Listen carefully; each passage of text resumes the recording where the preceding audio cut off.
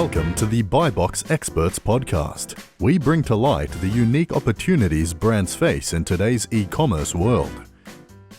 Hi, I'm James Thompson, one of the hosts of the BuyBox Experts podcast. I'm a partner with BuyBox Experts and formerly the business head of the Selling on Amazon team at Amazon, as well as the first account manager for the Fulfillment by Amazon program. I'm the co-author of the Amazon Marketplace Dilemma and co-founder of Prosper Show, one of the largest continuing education conferences for Amazon sellers today. This episode is brought to you by BuyBox Experts. BuyBox Experts takes ambitious brands and makes them unbeatable. When you hire BuyBox Experts, you receive the strategy optimization and marketing performance to succeed on Amazon. BuyBox Experts is the only agency that combines executive-level advisory services with expert performance management and execution of your Amazon channel strategy. Go to buyboxexperts.com to learn more. Today, our guest is Chris Freiberger. Chris has worked with brands for 2 decades, both on the agency side and now as founder of Enreach, a firm that helps match brand organizations with agencies.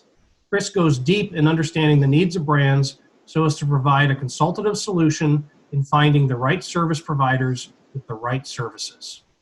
Chris is bringing his expertise to us today, sharing best practices on how brands can find suitable outside agencies to support their business needs. So welcome, Chris, and thank you for joining us today on the BuyBox Experts podcast. Oh, James, thanks so much for having me. Chris, I'd like to start our discussion by getting your thoughts on how you've seen brands evolve the way that they operate with agencies over the past 2 decades. Oh boy, that's a big question to unpack there. Just a little bit more background on myself. I'm about 25 years in the ad agency business. Really go back to almost even before Google was adopted in the industry, and really before there were kind of digital agencies, if that makes sense, in the sense of Google and the pre-Amazon world, if that makes sense as well. Brands, I think it ebbs and flows, the relationship with any agency, again, whether it be a traditional ad agency or not. I think the issue you're seeing in general in the industry right now is there's a lot of shattering going on. It's very easy or easier to start an agency as a type of business model. And I think you're seeing a lot of brands jumping into just smaller agencies. There's a lot of shattering going on. It's a large. It used to be a large pie with a large, a number of enough for all players, if that made sense. But now I think in that world, there's a lot of commodity, if that will. Now that said, now along comes Amazon, and my reaction, actually, this is how I become introduced to the Amazon world, is our brands at the agency I was with at the time started to ask us questions about, well, you do our D2C website, you do our PPC ad campaigns, you do our SEO online, you do our branding both online and off, influencer, and the list goes on and on.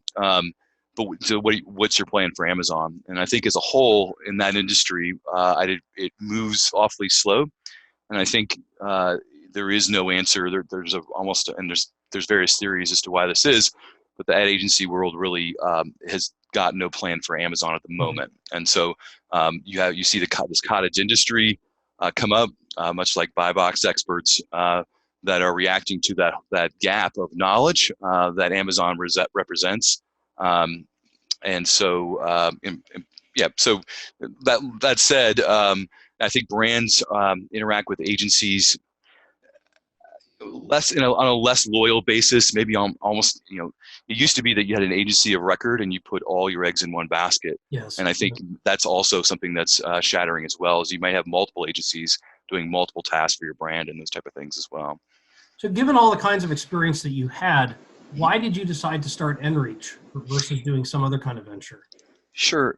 A couple of years ago, again, was working at an agency, looking around. At the time, I was actually tasked by that agency to go look at other agencies and really do a poll to see, are they behind? Are they ahead of the curve with Amazon?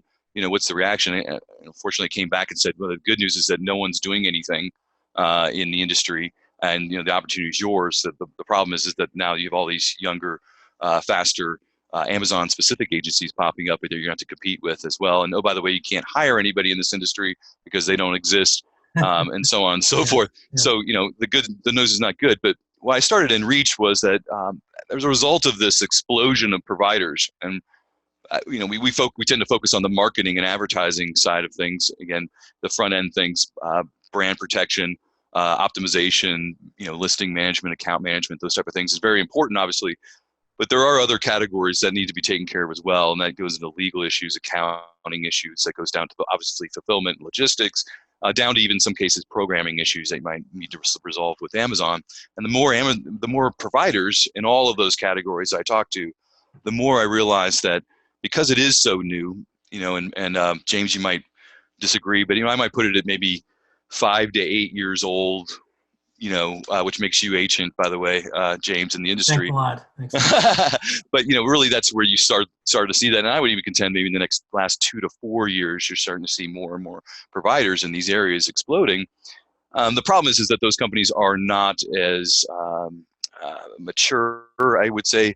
Again, they're maybe skew a little bit younger. They may be really good at pushing levers. They may be good at optimizing numbers and those type of things, and not to dismiss that, because those are the experts that everyone needs in this space. But they also don't have, say, the business acumen, maybe, or seasoned, or maybe aren't as seasoned as maybe you might interact with in other industries. And so what InReach does is we are basically a vetted network of providers. And that's, again, James, how you and I talk is really, I began to talk as well, is that, really it's what I found was that I was going to evaluate everybody equally, but what became apparent in the industry is that what the most important factor is really the maturity of the company that you're working with, whatever the space may be. And so what I do is I vet those providers almost like in a real estate agent vetting houses. Mm-hmm. And then I match the two together really in a matchmaking relationship at that point. And so, that's what InReach does. So you're dealing with a lot of brands today. I'm curious, what are the mistakes that you're still seeing them commonly make when it comes to selecting agencies? The biggest mistake I think I see is really being prepared to work with an outside provider of any sort. So, when I'm talking to a lot of these companies, they really can't express, or maybe potentially even written down, what they feel their needs are with Amazon. And again, that could vary with, we've been on Amazon and we kind of went stagnant and we want to take it to the next level. Yes. We tried this, and this. This is our history. These are the things that we think we're looking for. Or it could be a startup product, or it could be, we don't know what to do with Amazon, and neither does our CEO. And so our requirement is we really like to talk at a business level about what Amazon means to us and plan for the future. Again, there's a lot of variance in that as well. But yeah. You talked about this in your introduction, and certainly one of the biggest challenges that we have at BuyBox Experts is that when we're looking for prospects at many of the larger brands, they have that existing relationship with a large marketing agency, but the firm doesn't have enough Amazon channel experience or offerings for meeting the needs of those brands.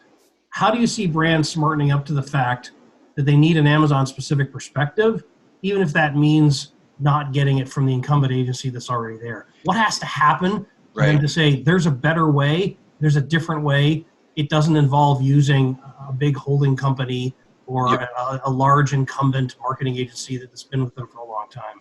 Yeah, you touched on a lot of things there. One is, sort of that the industry as a whole in the ad agency world, even the large conglomerates like WPP or Publicis, they may have purchased an Amazon-specific agency, and that sits off to one side, but really they do not have an Amazon focus. And so, and at least as an agency world, holistically. And so, I would just preface that my answer is that there are very, very few agencies out there that have any Amazon expertise at all. Really, it becomes down to the client. And again, I think this is indicative of how clients interact with agencies and how brands interact with agencies. Is that if your agency does not provide something as fundamental and recent, and probably the most important thing, I think they'll probably handle, certainly if they're a retail brand or even a B2B brand that sells anywhere online, probably the most important, impactful event in the entire history of e-commerce really has been the emergence of Amazon, and who knows where it's going from here. I suspect it's actually just started. And so if you don't have a plan at this point, and your agency doesn't have a plan for you, or it isn't coming to you with solutions to say, this is not just a channel, this is more than a channel, this is the channel potentially for your brand, and we are here to serve you in all respects with that, I would fire that agency at this point.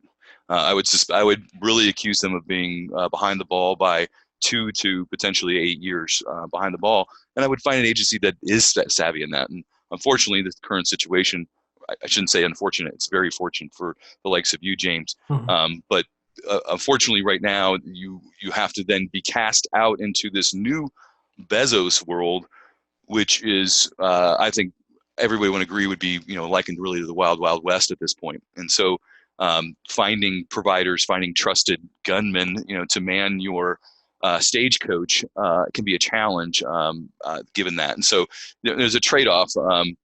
I think, again, if my agency didn't have answers as fundamental like this to my brand, I would find a different agency. So one of the situations we run into commonly is when we go talk with brands, they don't realize what problem they're trying to solve. They just know that they need an Amazon perspective. And unlike hiring an agency to go in and say, hey, run my Google advertising, that's a fixed problem that's well understood, at least in the sense of, hey, I need to spend money on Google and here's some budget, go do it. But what mistakes do you see brands making when they're conducting their provider search today, when in fact they don't even understand what the problem is? Yep. James, that is the largest thing, probably the unsung said thing in the industry right now. I think it's the thing I run into the most, and I would really contend it's I likened it to C-suite business planning, if that makes sense, for Amazon. Because again, it's not just a channel. It's not like you're opening a new store or something along those lines for to sell your product through again. Or it happens to be another retailer, buy box or things like, again, you're really repeating the same thing over again. You just need more of it. Amazon has every issue possible that has to be figured out, and is changing all the time. And so, I guess to answer your question, I mean, there's a fundamental need for business planning in this space. And what I mean by that is what the CFO needs to make such a financial decision, and expectations set with that CFO as far as what Amazon means to the company and where that bolts onto the financial plan, which bolts onto the business plan. I mean that by the CEO signing off on it, or another C-suite owners, the VP of sales who's threatened by Amazon and his distribution network, or how he's done sales in the past. All of those things need to be addressed prior to picking a PPC company to run your PPC campaign, per your analogy. Right. And so, and there are probably 6 or 7 steps before that should be decided on. And so to answer your question, absolutely, there's a challenge. There's a need. I would say sometimes this is thrown into the marketing manager's lap, right, at a brand. Usually it's a mid-person. They say, get our listings up, right? And I see this in Fortune 100 companies. We just need to get up. We need to get them up on Amazon, and they throw them up, and they kind of learning. They're doing some optimization. They read about SEO, so on and so forth, and they're up and running, and they're technically going down the road, right? But the fundamental lack of understanding what the opportunity cost of doing it right versus just doing it in this space is, incalculable. Yes. And so again, not to harp on the point, but expertise like yourself, James, in the business world, of be able to say, this is what Amazon means to you as a company and a brand, is what I run into the most need of, and the least amount of expertise that out there right now. How do you see different agencies working together on the same brand's overall e-commerce strategy? That is to say, you've got a big holding company's ad agency there, plus you tack on an Amazon agency. How do you see those organizations working together? Because the challenge we see repeatedly is typically there's a tactical conversation that says, well, we manage ad budget. What you're really doing is saying, take some of that ad budget and move it over to Amazon. Obviously, there's a lot more to Amazon than let's just manage some ad budget. But that's where the first line of, hey, I'm not going to be so friendly to that other agency, that's where it typically starts. Excellent point. Keep in mind that agency may be, at least in part, compensated based on that ad spend. And so now, and also understand that their tools in the media and the media agency world, that the fundamental, there's like 5 or 6 big tools for placing large ad campaigns across traditional and media, TV, radio, digital, so on and so forth. Place your Facebook, and it's all these pretty buttons you place, and you plan to do this very intricate plan. Well, one of those buttons is not Amazon right now, believe it or not. And that's what I think. Again, James, is nearing 13%, I think, of total spend right now, and there's a complete lack of integration with, again, what I think is the biggest fundamental disruptor in the space in 2 decades. So anyway, I'd shake my head every time I think of it, but they have to work together. That happens all the time in the traditional ad agency world. I've worked with the likes of like Procter and Gamble, and so you may be around a table, a very, very large table, with 5 other agencies, and the lines are clearly delineated. But one thing that's probably made most apparent between all of those agencies is you will work together, or you will not be around this table anymore, and that's just laid down by the client. So to answer your question, it might be just something like that, because there's no other solution right now. You have to have an Amazon specific agent. If you don't, and you're doing it any other way, you're again just lessening what you could be achieving. And again, there are no ad agencies out. Your ad agency right now, I would encourage you, any brand that's listening right now with an ad agency, call them up and ask your account manager, say, hey, what do you guys, what do you do with respect to Amazon? And just sit back and just let them answer you. And I would suspect that there is no answer to that.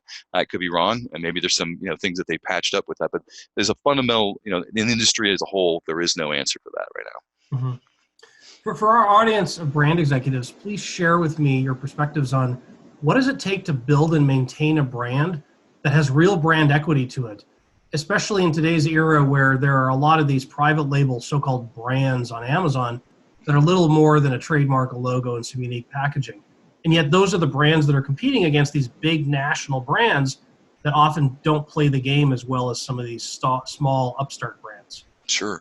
And then I would even contend, there's everything in between. So, some of the famous, like mattress brands that have sort of grown up and they really only did D2C, for instance, and scored big that way. And did some maybe, one of the 2 of the few successful influencer campaigns out there, and you hear about those as well. But I think I would sort of answer your question. It's a broad question that you've asked. How do you build a brand? Obviously, there's a lot of equity in that and the like. And I guess I would answer it by just saying, branding is probably the thing that's least. It's one of those signs that that the industry is just not very.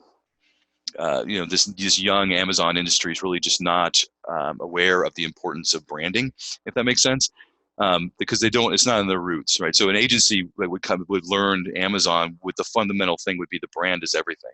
It's got to look, smell, sound, be supported as, answer as, look as everything else we do on or offline. And unfortunately, that's one of the things that suffers with a lot of brands out there as well. And so, your strength is your brand, and why would you screw it up in the biggest store with the most amount of traffic going by it, but times, 1 million of any other experience? Why would you sacrifice what you do? You spend, a lot of, like, for instance, Procter and Gamble, not to pick on them by any means, they're masters of what they do. But they make sure that across every touch point for that brand, and Amazon being a fundamental one that they're struggling to figure out as well, and optimize for as well. But including Amazon, whether it be a tweet, whether it be an email, every touch point has the same branding experience for the user, and that's often, I see a lot of that lacking in Amazon brands right now. And again, I think it's a maturation that hopefully service providers, again, such as buy box experts and the like. They have an appreciation for it, and I think they'll lead the way in that as well. But I don't think a lot of Amazon agencies, have an appreciation there. What's crazy is that the very same brands that are represented by agencies that make clear that the brand is everything, many of those brands aren't actively managing their catalog on Amazon. They're not actively managing who's representing their brands. And those millions of dollars and decades of years of time they put into building and investing in that brand, it's almost this willing blind spot and saying, let's not worry about Amazon. It's still not really a big issue. And yet Mm-hmm. your brand is being bastardized every day that you choose to ignore it on this channel. Mm-hmm. Yeah, you're, again, dead on. I was actually sat in a meeting where we just pulled up the listings for a particular product, none of which were by the manufacturer that we were meeting with, Of course. and they were not.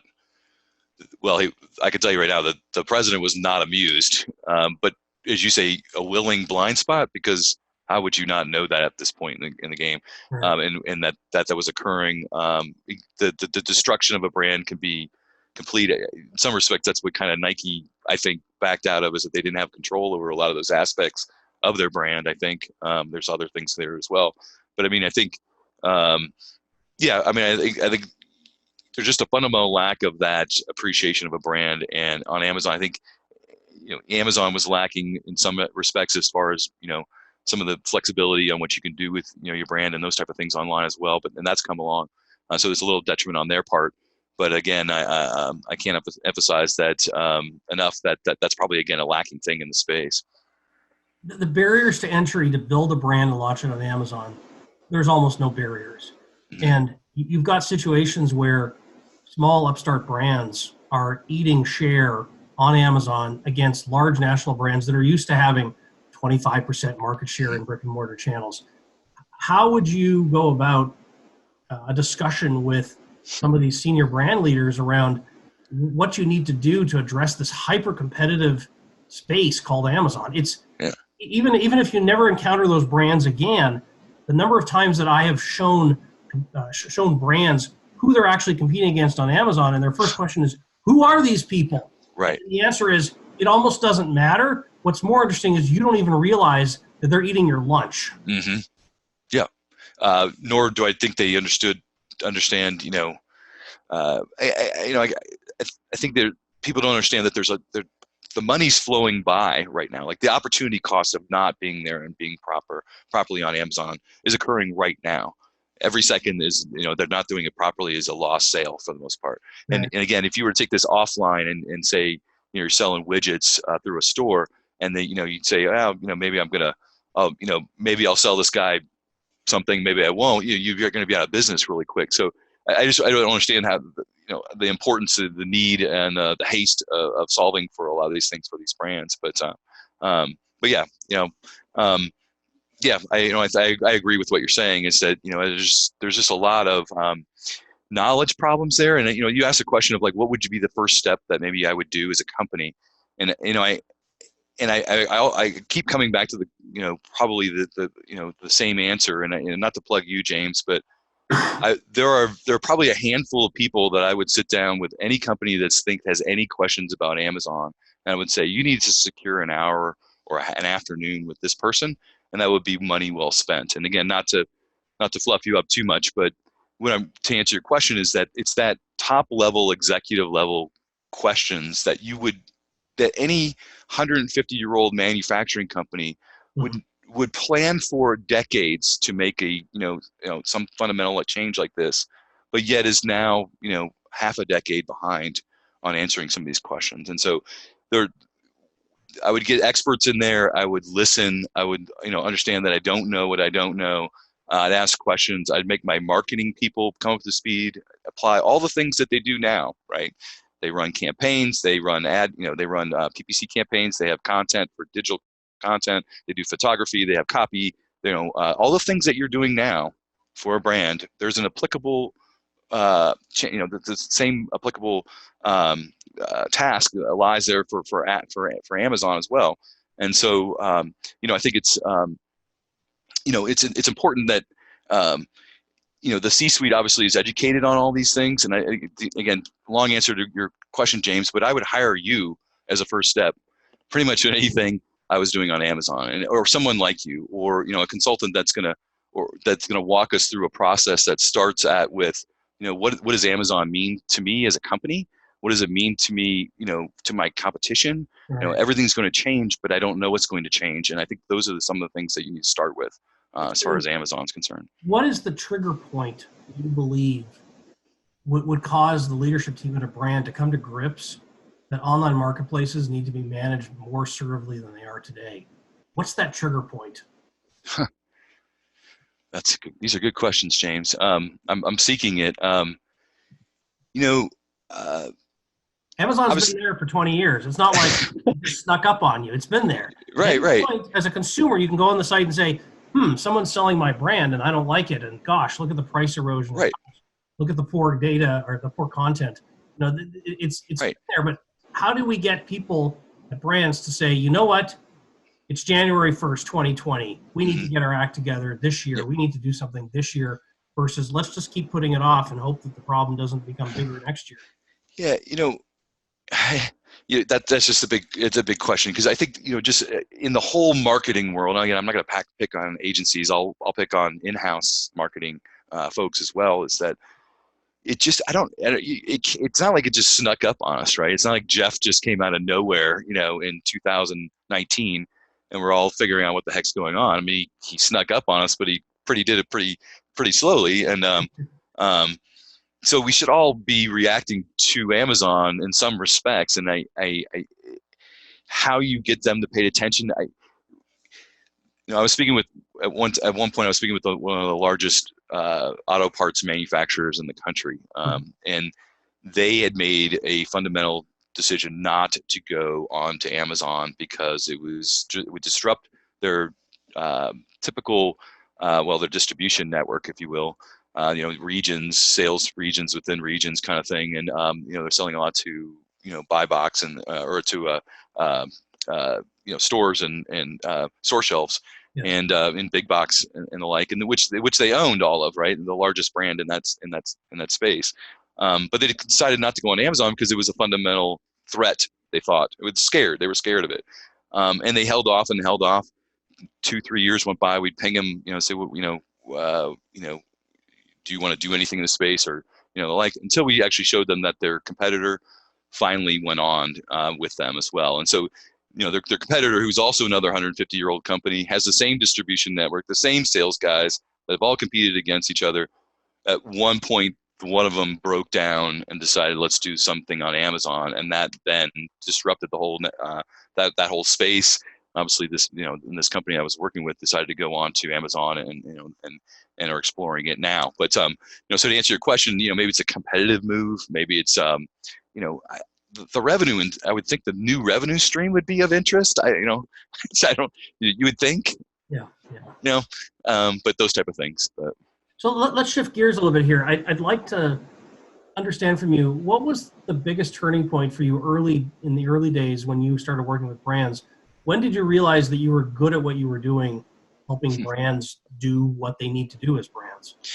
Well, it was a combination of things. My first job had Netscape 1.0 installed. That'll date me right there. And it had actually just come out. I think that day I started. I'm an engineer by education, but that first job I ran smack into the internet and really kind of obviously fell in love with anything really digital. And then really the environment that took fruition, I happened to be within an agency. It wasn't in a SaaS software environment. I wasn't in an XYZ, and that's kind of how I molded within that environment. That whole industry just has everything is obviously flipping over time to digital. All the budgets and everything, it's all going one way, and it's just that whole industry's being dragged in there. And oh, by the way, there's this new kid on the block named Jeff, and we got to figure this out too. And you'd be surprised. It's been 20 years since Google has been out, right? I think it was. And then they just celebrate their anniversary. Yes. And it took 10 years to come up with mature SEO. And so. And then maybe another 10 years to find, every agency doing it, kind of thing. And I think you're going to see that with Amazon, is that kind of onboarding as well. I think it's going to be a 20-year cycle kind of thing. But has there been a point where you, Chris Freiberger, say, you know what, I have something to say to brands, and brands want to hear what I have to say? Sure. Is there a turning point where you realized, I'm not just an engineer. I actually can talk to business people and brands. Sure. Well, maybe I was never an engineer, right? I think it's just with experience and having been just about, having experience in just about every category out there, B2C, B2B. I've kind of seen it all, if that makes sense. Some good, some bad, some ugly. And with that, I think it just comes to an ability just to speak to brands and say, at least from a digital perspective, you should probably be doing this, this, and this, or at least looking into those. We should be planning for those. Let's look at the data and those type of things. And these are sometimes things that brands don't do even today. Mm-hmm. And so the power of digital and my ability, I think, to converse it or to convey it, I should say, is helps with brands as well. And those type of things. So, and I just love it. I love this stuff, and I love Amazon. I never thought I ran in this space, and it's like, wow, this looks familiar. It's kind of like it's a reboot of the 2000s. It's the same. It's literally the same thing over again, and there will be something after it and something after it. But the nice thing is that there's not the space is not crowded. It's also sexy in a way that it's moving fast. Jeff throws his curveballs every day, and we love it. And it's just, and from a digital perspective, it's hip, it's now, and quite frankly, I think it's overdue for every brand on the planet. So talk to me about, who are your professional mentors? What kind of advice have they given you that's really helped you to refine the way that you do what you do professionally? That's another good question. I really, my biggest mentor, and it's going to sound cheesy, is Google Alert. And what I mean by that is I've got some really good Google Alerts set up. Your name goes by all the time, but I've really got some, I think I'm tracking the right people in the industry, in this industry, but I've done it in the past as well, with just advertising and marketing. I still have a lot of connections in that industry. I follow them and the like. We all hate LinkedIn, but I think it's a wonderful tool for tracking what's going on and educating oneself. I tend to spend at least an hour in the morning, maybe over a cup of coffee, to maybe I should be running or I should be doing something else. But that first hour, I really just look at the industry and what Google Alerts I've got coming in, and it helps me kind of not get so myopic and look at one source of information. It kind of finds sort of a pulse across everything, if that makes sense. So. Mm-hmm. We're almost at the end of our discussion. I have one final question for you. I'd love to get, what are your thoughts on most important advice that you would take from your experience to give to brands to help them develop a successful Amazon channel strategy? It's a good question. The reason I asked I just want to clarify that a little bit is that, in the question is that they've decided to do something about Amazon, Yes. which I think is a critical thing. And then, again, kind of the first thing I would say is, are you ready for Amazon, in the sense that, are you ready to receive the answer? It's basically it. Are you ready to spend the time commitment to, speak with professionals, learn about the industry? Are you willing to learn yourself? Those type of things. And I think that's the first thing to success is, yeah, we know what we want. We know what we don't want. We don't understand all this stuff, but we know, our goal is to understand this stuff by the end of 2020. We'll write that down, okay? And the reason I also say that is that if it's in a proposal format or a summary format of your needs, you can then shop that around. You can say, hey, James, can you react to these needs, and how would you solve this? And person XYZ or agency XYZ or firm XYZ or consultant, freelancer, whatever the case may be, they're all reacting to some constant, some set of standards, so that you can at least measure and say, okay, well, this person, I like this person's response better than this person's results. And so the first thing to answer your question is, be ready for Amazon. Have those things written down. Have a plan. At least all look around the room and say, this is something we agree that we're going to spend time on to explore. And it sounds silly, but often, there's a mid-marketer it's their initiative, and there's not sign off from above. And so, they do all this work and they learn all these things and they come up with this great plan. But really, what they should have started with is at the top down, not some of a bottom up approach. And so, the other thing I would just say, as far as picking, just do your homework as far as any provider out there. Again, it could be a legal person, could be an accounting person, could be an investor, could be an acquisition person. It could be anything, a brokerage.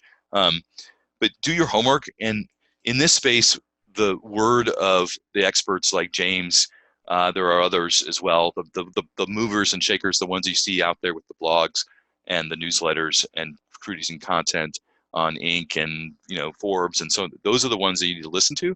And if they were to, I would then also just ask them for their recommendation in some respects in some of these spaces.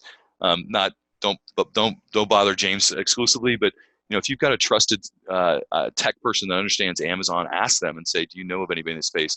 And odds are that they will know of somebody that knows somebody in this space. And unfortunately, that's the best way to make decisions right now, is really by reputation and recommendation.